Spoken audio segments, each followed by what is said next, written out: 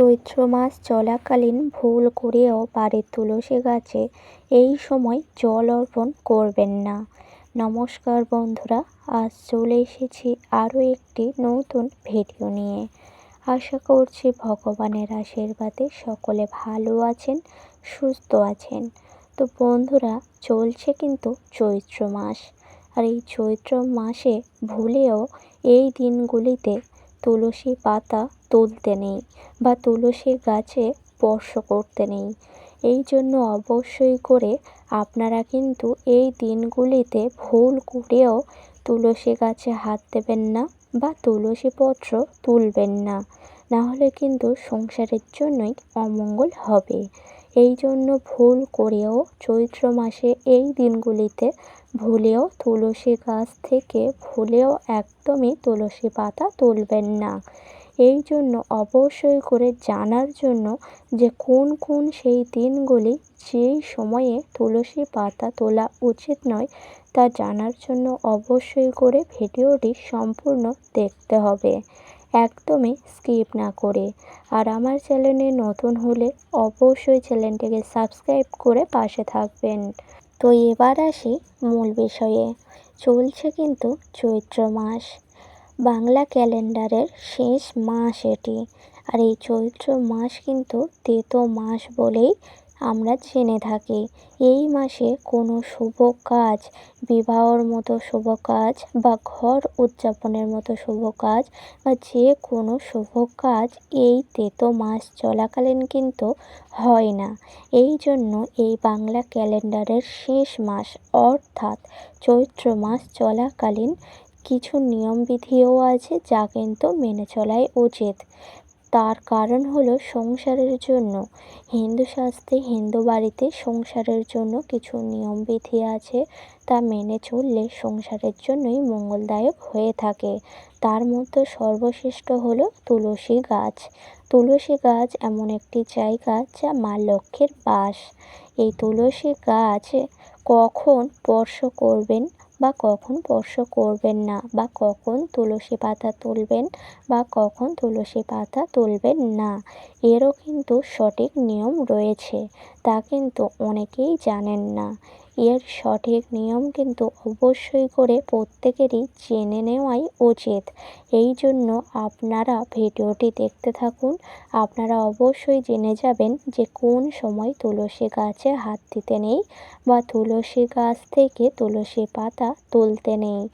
এই জন্য অবশ্যই আপনারা ভিডিওটি দেখুন, তারপরে আপনারা বুঝেই যাবেন যে কোন সময়ে সঠিক নিয়মে বা সঠিক সময়ে তুলসী গাছে হাত দিতে আছে বা তুলসী পাতা তুলতে আছে। তার আগে বলি বন্ধুরা, চলছে কিন্তু চৈত্র মাস।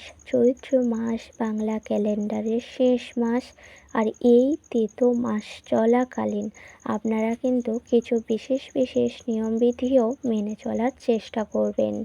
তার মধ্যে যেমন হলো, বাড়িঘর কিন্তু এই মাসে অবশ্যই করে পরিষ্কার পরিচ্ছন্ন করে রাখতে হবে। তার কারণ হলো এই মাসটা অতটাও শুভ মাস বলে মনে করা হয় না। এই জন্য এই মাসে অবশ্যই বাড়িঘর পরিষ্কার পরিচ্ছন্ন করে রাখাই উচিত এবং বাড়ির তুলসী তলাও সবসময় পরিষ্কার রাখাই উচিত। তার কারণ হচ্ছে এই মাসটা অতটাও শুভ নয়, আর এই সময়ে আপনারা যদি বাড়িঘর, ঠাকুর ঘর, তুলসী তলা অপরিষ্কার করে রাখেন, তাহলে কিন্তু খুব সহজেই নেগেটিভ এনার্জি বাড়ির মধ্যে প্রবেশ করবে। এই জন্য ভুল করেও বাড়ি ঘর এবং তার সাথে সাথে ঠাকুর ঘর, তুলসী তলা, সদর দরজা এই স্থানগুলি সবসময় পরিষ্কার পরিচ্ছন্ন করে রাখবেন। যদি নোংরা আবর্জনা করে রাখেন, তাহলে এই তেতো মাসে আপনাদের বাড়িতে খুব সহজেই নেগেটিভ এনার্জি চলে আসবে এবং সংসারের জন্যই অমঙ্গল বয়ে আসবে। এই জন্য আপনারা যতটা পারবেন এই মাসে আপনারা বাড়িঘর পরিষ্কার রাখবেন, তুলসী মঞ্চ পরিষ্কার রাখবেন, ঠাকুর ঘর পরিষ্কার রাখবেন, না হলে নেগেটিভ এনার্জি বাড়ির মধ্যে প্রবেশ করতে পারে। তার কারণ হলো এই মাসটি কিন্তু এতটাও শুভ মাস বলে মনে করা হয় না। এই জন্য যতটা পারবেন আপনারা পরিষ্কার করে রাখবেন আপনাদের ঘরবাড়ি। এবং দ্বিতীয়ত, খাবারের বিধি কিছু নিয়ম রয়েছে, তা কিন্তু আপনারা মেনে চলতে পারেন। এই চৈত্র মাসে এমন কিছু দিন রয়েছে যা আপনারা আমিষ খাবার খাওয়া একদমই উচিত নয়। হ্যাঁ বন্ধুরা, ঠিকই শুনেছেন।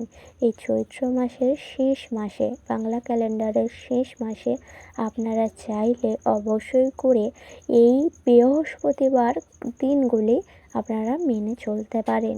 তার কারণ হলো বছরের শেষ মাস এটি, আর এই মাসটা এতটাও শুভ বলে মনে করা হয় না। এই কারণে এই মাসের বৃহস্পতিবার দিনগুলিতে আপনারা নিরামিষ খাবারই আহার করতে পারেন। দেখবেন সারা বছর আপনারা ভালো থাকবেন, সুস্থ থাকবেন। এই জন্য বাংলা ক্যালেন্ডারের শেষ মাসে এসে আপনারা কিছু নিয়মবিধি অবশ্যই মানবেন। তার কারণ হলো এই মাসটি এতটাও শুভ নয়, এই জন্য বাড়ির জন্য কিছু নিয়মবিধি আছে, তা মেনে চলবেন। তেমনি খাবারের বিষয়েও কিছু নিয়ম আছে, তা মেনে চলবেন। যেমন বৃহস্পতিবার দিনগুলিতে আপনারা নিরামিষ খাবারই আহার করবেন, ভুলেও কিন্তু আমিষ খাবার গ্রহণ করবেন না। এবং তার সাথে সাথে বাড়িঘর পরিষ্কার পরিচ্ছন্ন রাখবেন। এবং তৃতীয়ত যেই কাজটি আপনারা এই মাস চলাকালীন আপনারা ভুল করেও করবেন না, সেটি হচ্ছে এই মাস চলাকালীন আপনারা ভুলেও কিন্তু এই কিছু জিনিস আপনারা ভুলেও কাউকে দেবেন না। তার মধ্যে যেটি সর্বশ্রেষ্ঠ সেটি হচ্ছে টাকা পয়সা। টাকা পয়সা ধার দেওয়া এই মাসে কাউকেই উচিত নয়, বা কারোর থেকে নেওয়াও উচিত বলে মনে করা হয় না।